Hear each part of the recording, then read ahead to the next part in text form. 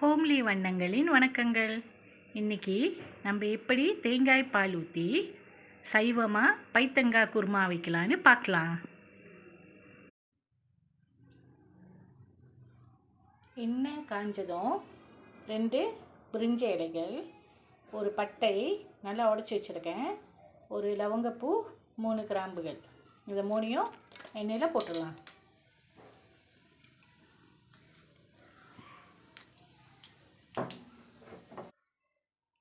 இப்போ வெட்டி வச்சுருக்கிற ஒரு பெரிய வெங்காயத்தையும் போட்டுக்கலாம்.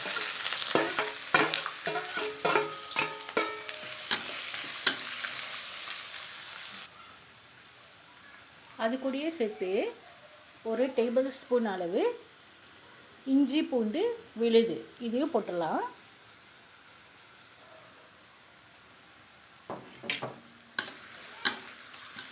இது நல்லா பொன்னிறமாக வதங்கட்டும். வெங்காயம் நல்லா வதங்கினோன்னே இப்போ நான் வெட்டி வச்சுருக்கிற பைத்தங்காவையும் உருளைக்கிழங்கையும் போட்டுக்கிறேன். இப்போ நான் ஒரு 1/4 டீஸ்பூன் அளவு மஞ்சத்தூள்,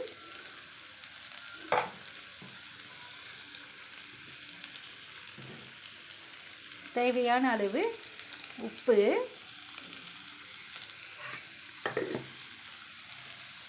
மூன்று இனுக்குகள் கருவேப்பிலை இதையும் போட்டுக்கிறேன்.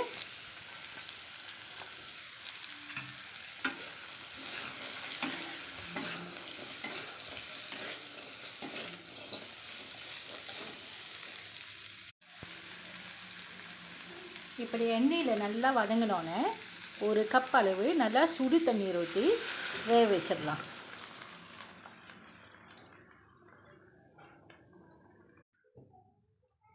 இதனோடு சேர்த்து ஒரு தக்காளி பழம் இதை நல்லா அரைச்சி வச்சுருக்கேன், இதையும் ஊற்றி வேக வச்சிடலாம்.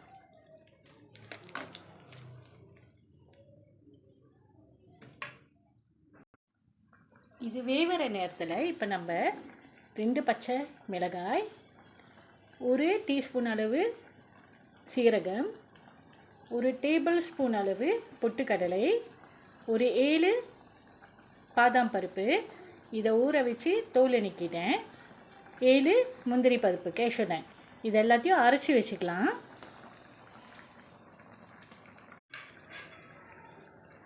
உருளைக்கிழங்கும் பைத்தங்காவும் நல்லா வெந்துருச்சு. இப்போ நம்ம 1 டேபிள் ஸ்பூன் அளவு மசாலா தூள், 1 டீஸ்பூன் அளவு மல்லித்தூள், இது 2யும் போட்டுக்கலாம்.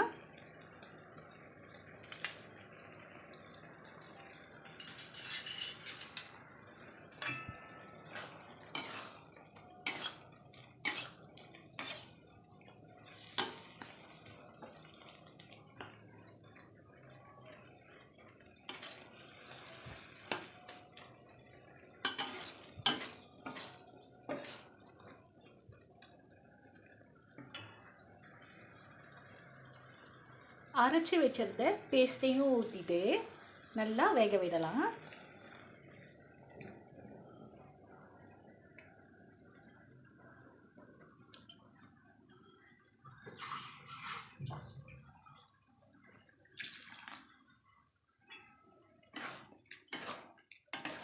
இந்த பேஸ்ட்டு கொஞ்ச நேரம் நல்லா வேகட்டும்.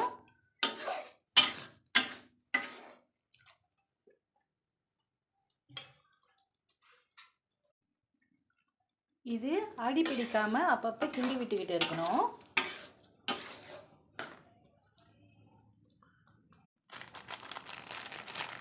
இப்போ நம்ம தேங்காய் பாலை ஊற்றிக்கலாம்.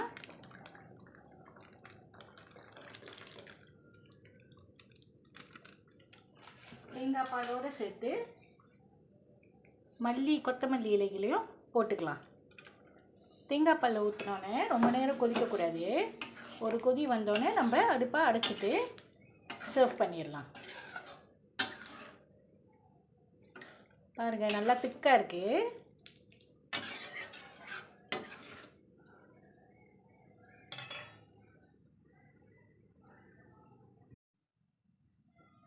பாருங்கள், லேசாக கொதி வருது. இப்போ நம்ம அடுப்பை அடைச்சிடலாம்.